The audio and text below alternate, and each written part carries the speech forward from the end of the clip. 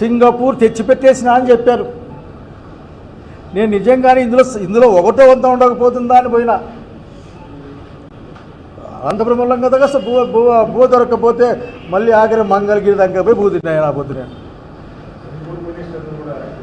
ఏదో బాబు గారు చెప్పారు చిన్నగా, because anyhow whatever it he may be ఈ the chief minister of Andhra Pradesh. నేను ఆయనకు మాట చెప్పకుండా, మీరేంది మా దగ్గర 1000 కోట్ల విలువ చేసే భూములు మీ దగ్గర ఉన్నాయి, దాదాపు ప్రభుత్వాన్ని రైతులు కలిపి 55-54 వేల ఎకరాలు ఉన్నాయి. మళ్ళీ మీ కన్ను పడిందంటే ఇంకో 44 పీకేస్తారు. మీరేం నాకు అనుమానం ఏం లేదు. చెప్పారు మీ మంత్రి అప్పుడే, ఇష్టంగా ఇస్తే ఇష్టంగా తీసుకుంటాం, కష్టంగా ఇస్తే కష్టంగా తీసుకుంటామని చెప్పారు మీ మంత్రి, మీ పురపాలక శాఖ మంత్రి. వచ్చి భూములు దండిగా ఉన్నాయని అక్కడ చెప్తారు. ఆయనకి నిజమో అబద్ధం ఆయన చెప్పాలా.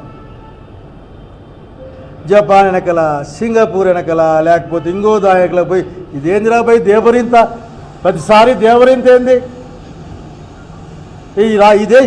ఈ దేశంలో ప్రపంచంలోనే షావుకారులు మన దగ్గర ఉన్నారని చెప్తా ఉన్నారు.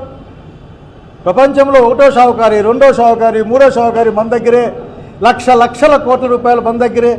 అట్లా వాళ్ళతో మాడుకోవచ్చు కదా పోయి ఆ సింగపూర్లో ఎంటబడి. ఎందుకంటే వేరే దేశం పోతే కొద్ది విషయాలు మీకు మాత్రమే పరిమితమవుతాయనే నమ్మకమా? నాకేం తెలియదు. మాకేది వేరే దేశాలు పోయి చూరు పోయిస్తాం అంతే. మాకేం తెలియదు. సేపు నా సింగపూర్లో మంగపోతావు, జపాన్లో మంగపోతావు, ఇంగోని మంగపోతావు. ఇక్కడే ఉన్నారు కదా చాలామంది. నరేంద్ర మోడీ గారు పెంచిన అదాని అంబానీ ఉన్నారు కదా, ఓరి దగ్గర ఒక 10-15 లక్షల కోట్లు ఉన్నట్లున్నాయి. అంతేకాదు ఆ భారత ప్రభుత్వం పెద్ద పారిశ్రామికవేత్తలకు రుణమాఫీ చేసింది 12 లక్షల కోట్లు అనుకుంటా. మరి కనుక మీకు ఇబ్బంది ఉందేమో లేదో కానీ ముఖ్యమంత్రి గారు, మాకైతే మా లాంటి వాళ్ళకి తెలిసిన వాళ్ళకి, ఎందుకంటే మిమ్మల్ని చూసాం అసెంబ్లీలో చాలాసార్లు, మాకైతే ఇబ్బందిగా ఉంది. మీరు ప్రతి ఒక్కరు కోట్ వేసుకొస్తేనే వాడిని పాపం ఎక్కి వంగి ఆ కోట్ వేసుకొని కూర్చోబెట్టుకోని కామిటీలు దాపించి వాడు తీరా చూస్తే వాడు మన ఉరుసు కంపెనీ పెట్టుకొని మన భూములు తీసుకుపోతాడు, కానీ వాడు పైసా తేడు. So please don't play with the sentiment of the Andhra Pradesh people.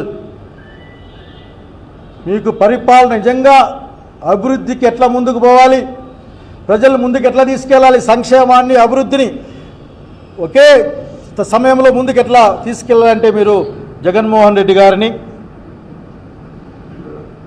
Rajasekhara Reddy గారి యొక్క ఆశయాలతో పనిచేసిన వాళ్ళతో మీరు కనుక్కుంటే మీకు ఇస్తారు. మీరైతే మూసేస్తారు. ఏమన్నా మాట అవసరం.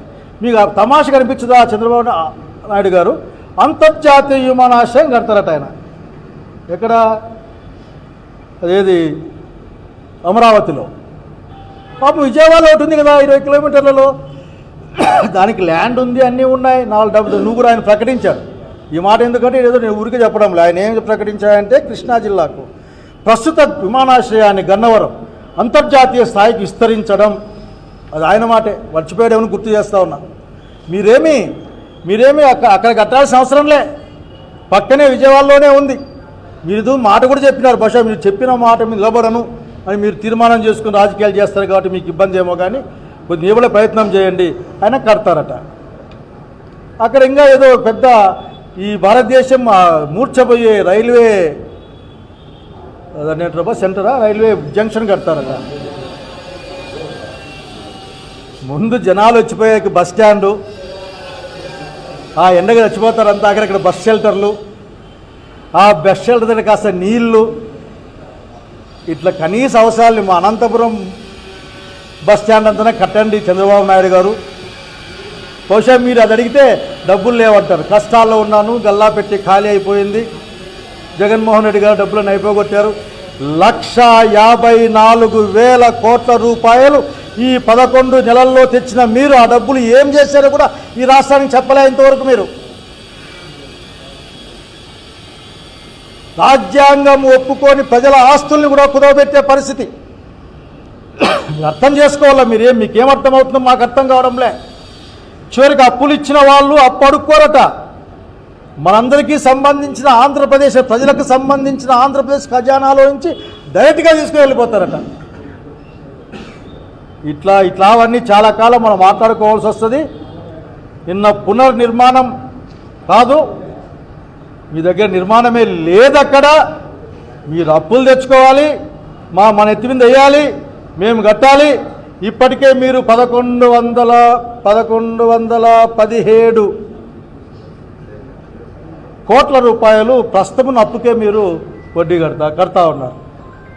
ఇంకా 77,000 కోట్లు, 1,00,000 కోట్లకు పోతే అసలు మేము కూడా నెలవారికి కూడా మేము కట్టలేము. మా అకౌంట్లో మా అమ్మ నాయన వాళ్ళు ఆ ఉప్పు పప్పు చింతపండు ఖర్చులాగే ఆంధ్రప్రదేశ్ అప్పు కూడా ఇంత కట్టాలని పెట్టుకోవాల్సిన పరిస్థితి వస్తుందేమో.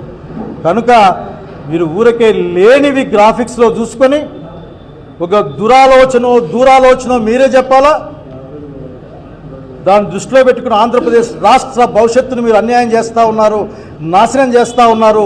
ఇది మంచిది కాదు. ఇది రాయలసీమ ఉత్తరాంధ్ర ప్రాంతాలని పనంగా పెడతా ఉన్నారు, సర్వమక్కకి తీసుకెళ్తా ఉన్నారు. ప్రజలు గమనిస్తూ ఉన్నారు. ప్రజలలో అసంతృప్తి పెరగకుండా చూసుకోవాల్సిన బాధ్యత మీపైనే ఉంది. 1,54,000 కోట్లు తెచ్చుకున్నారే, ఏం చేశారో చెప్పండి. కనీసం ఆ 6 వాగ్దానాల 6 సూపర్ 6లో ఒక 6 కన్నా ఇచ్చారా? మళ్ళీ రివర్స్ చెప్పిస్తూ ఉన్నారు. రివర్స్ అంటే గుర్తుకొచ్చింది, చంద్రబాబు నాయుడు గారు మరొక్కసారి సలహా ఇస్తూ ఉన్నాను.